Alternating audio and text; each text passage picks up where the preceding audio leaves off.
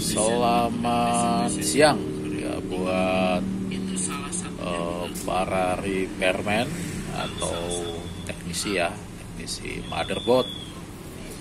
Nah, pada kesempatan kali ini saya sedang melakukan proses pengecekan untuk tegangan standby ya, pada Mobo generasi Skylake Kaby Lake ya, atau LGA 1155. Berbeda dari generasi sebelumnya ya, ada seri Haswell, IP Bread, Sandy atau LGA 1155 dan 1150 ya.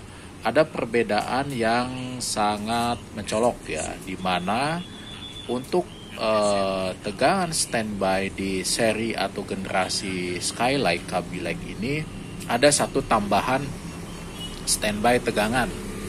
Bila pada generasi sebelumnya hanya ada 3 volt standby, 5 volt standby, 3 dual, 5 dual, ya, 3 VAEC. Nah, sekarang ada satu tegangan yang hadirnya sebelum di switch. Nah, itu ya harus diperhatikan ya. Berarti pada saat kita akan memperbaiki sebuah motherboard, perhatikan juga untuk generasinya seperti ini ya. Nah, generasi Kaby Lake dan Skylake atau generasi 5 dan generasi 6 dan 7 ini ada tegangan standby 1,05 volt, yang mana FCH atau PCH ini ya membutuhkan tegangan 1 volt yang umumnya berasal dari rangkaian PWM ya. Ini PWM 1 volt always ya, kita sebut always ya. Kemudian tegangan yang lainnya 3 dan 5 always atau standby.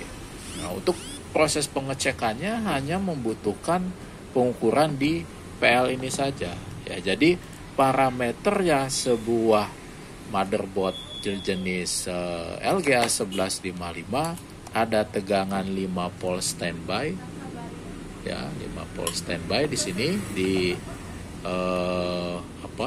soket PCI warna ungu. Nah, di sini 5 volt. Ada tegangan di B10 ya, di soket PCIe 3,3 volt, itu SOP-nya ya. Kemudian di tombol power on off ya, ini switch on off ada 3,3 volt memenuhi syarat ya. Kemudian di tombol RST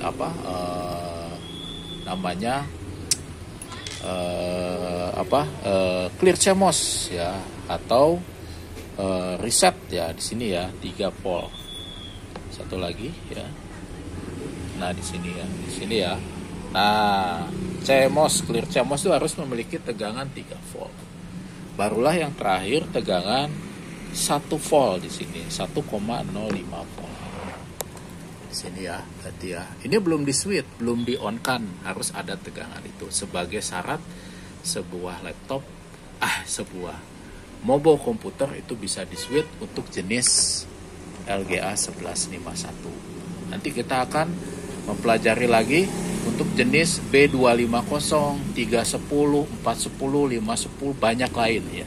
Harus kita lakukan pengecekan step by step atau one by one. Nah, setelah tegangan ini hadir, setelah tegangan yang tadi saya tunjukkan hadir ya, Anda lakukan pengecekan kembali ya untuk sinyal yang namanya RSM RST ya. Anda ukur di sini RSM RST ya. Itu harus hadir 3,3 volt. Itu ya. Nah, setelah itu hadir, Anda coba cek ya dari power button di sini apakah nilainya ketika di switch dari 3 menjadi 0 ya. Kemudian Anda cek juga di sini yang namanya power button out. Ya, power button out di sini harus bernilai awalnya 0, ketika Anda tekan power di sini nilainya jadi awalnya 3, ketika Anda tekan nilainya menjadi 0. Seperti itu, dilepas lagi jadi 3 volt.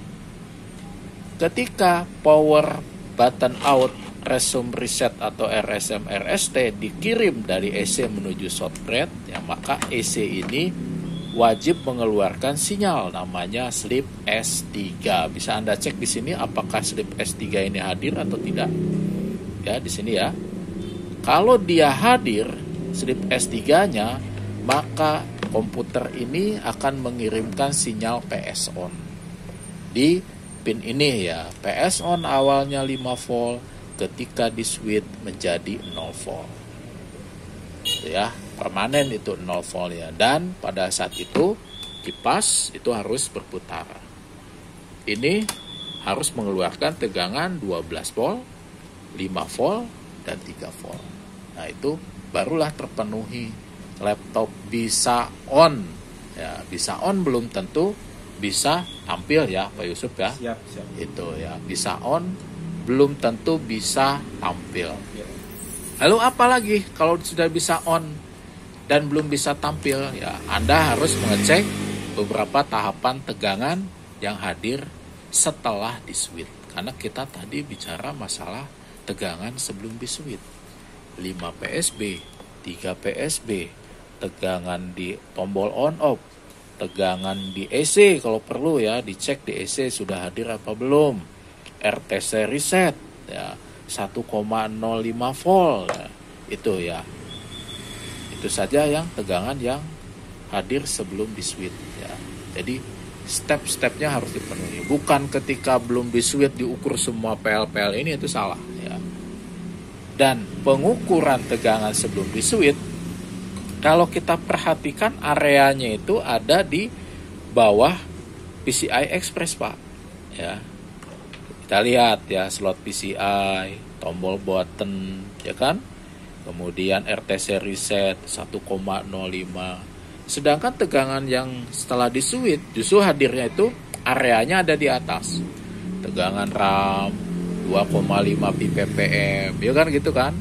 1,10, 1,05, 0,9, PCCST, PCCSA, PCCIO, Power P-Core, dan GFX Core. Ya, seperti itu tegangan-tegangan yang hadirnya setelah di switch. Ya, itu.